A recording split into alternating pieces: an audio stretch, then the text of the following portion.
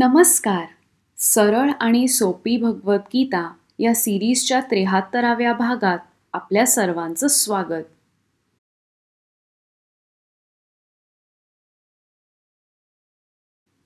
विभूती योग म्हणजेच गीतेतला 10वा अध्याय हा आपण समजून घ्यायचा प्रयत्न करत आहोत.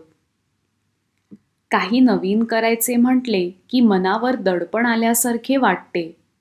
हे साहजिक आहे. जर एखादी गोष्ट कशी करायची हे माहीतच नसेल तर मग ती नीट पार पाडू शकू का, असे प्रश्न मनात येतात. अशा वेळीस प्रेरणा किंवा मोटिवेशन कुठून मिळेल? या प्रश्नाचे उत्तर शोधूया आजच्या या भागात. मच्चित्ता मद्गत प्राणा बोधयन्तः परस्परं कथयन्तश्च मां नित्यं तुष्यन्ति च रमन्ति च.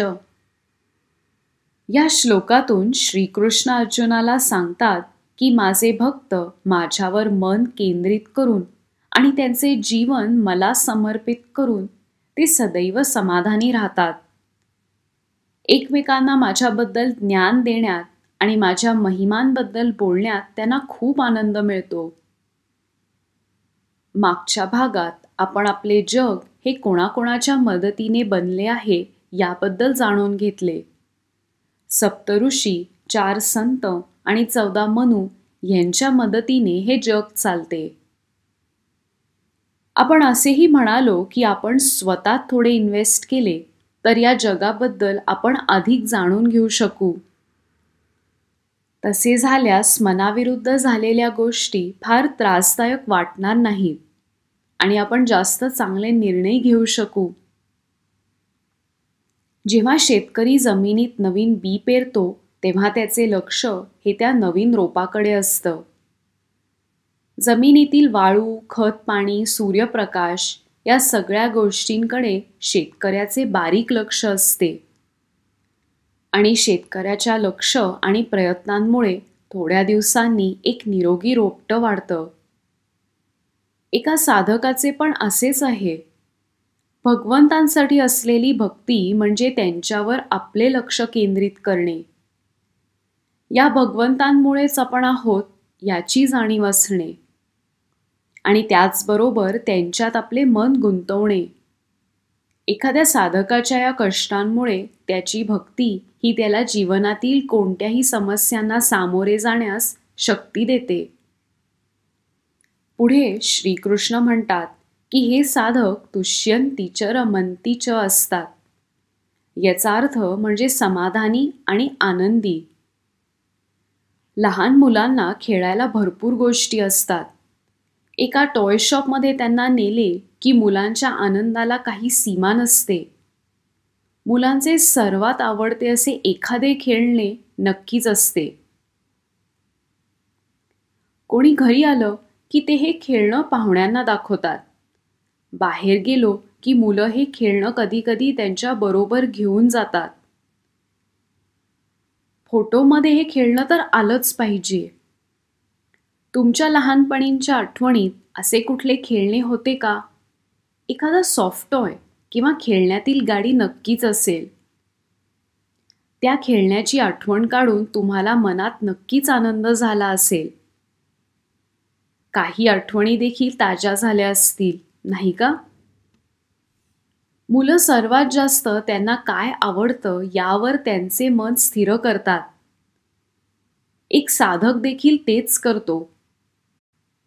आणि जशी मुलं आपलं आवडतं खेळणं सगळ्यांना दाखवतात तसेच साधक आपल्या मनात असलेल्या भक्तीबद्दल बाकीच्या साधकांशी संवाद साधतात. ही भक्ती या साधकांना एकत्र आणते आणि भगवंतांसाठी असलेले प्रेम व्यक्त करून ते समाधानी आणि आनंदी असतात. असे केल्यास साधकाला आनंद तर मिळतोच, पण मग परमात्मा देखील त्यांच्यासाठी काही करतात का? याचे उत्तर शोधूया. श्रीकृष्ण म्हणतात की माझे भक्त यांना मी बुद्धियोग या संकल्पनेच्या जवळ नेतो. हा बुद्धियोग म्हणजे कुठलीही अपेक्षा न ठेवता केलेले काम, एक प्रकारचे निष्काम कर्म. भगवद्गीतेतील आधीच्या बऱ्याच अध्यायात आपण बुद्धियोग आणि निष्काम कर्म याविषयी बोललो होतो. खास करून दुसऱ्या अध्यायात म्हणजेच सांख्ययोग. कर्म पार पाडत असताना एक प्रकारचे वैराग्य किंवा डिटॅचमेंट म्हणजेच तर निष्काम कर्म. भगवंतांशी जोडायचे म्हणजे आत्मज्ञान तर हवं. आपली भक्तीच आपल्याला हे आत्मज्ञान प्राप्त करण्यास मदत करते. भगवंतांना मनात गुंतवल्यास एका साधकाला दैवी ज्ञान मिळतं. दैवी ज्ञान भक्ताला मोक्षाकडे घेऊन जाते. भक्ती असली तरी दैवी ज्ञानाशिवाय मुक्ती शक्य नाही. मागच्या एका भागात आपण ज्ञानाच्या दिव्याबद्दल बोललो. माणसात बुद्धी असते, पण आपल्या अज्ञानामुळे आपण चुका करतो. हे अज्ञान अंधारासारखे असते. अंधारात जसे काही नीट दिसत नाही, तसेच अज्ञानामुळे स्पष्टता नसते. श्रीकृष्ण आपल्यातील अंधार, आपल्यातील अज्ञान दूर करण्यासाठी ज्ञानाचा दिवा लावतात. दिवा लावायचा म्हणजे तेल तर लागणार. तेल ही आपली भक्तीच आहे. लावलेला दिवा हा वाऱ्यामुळे डगमगू शकतो, विझू पण शकतो. हा वारा म्हणजे आपले अटॅचमेंट्स, आसक्ती. पण आपले निष्काम कर्म हे हा दिवा विझवू शकणार नाहीत. श्रीकृष्ण आपल्याला नुसता मार्ग दाखवत नाहीयेत, पण या मार्गावर चालायचे कसे याची शिकवण पण देत आहेत. आणि या मार्गावर चालताना अगदीच जर डगमगलो तर भगवंत आपली मदत पण करतील याचे आश्वासन देखील ते देतात. चला मग या नवीन ॲडव्हेंचरसाठी तुम्ही तयार आहात ना?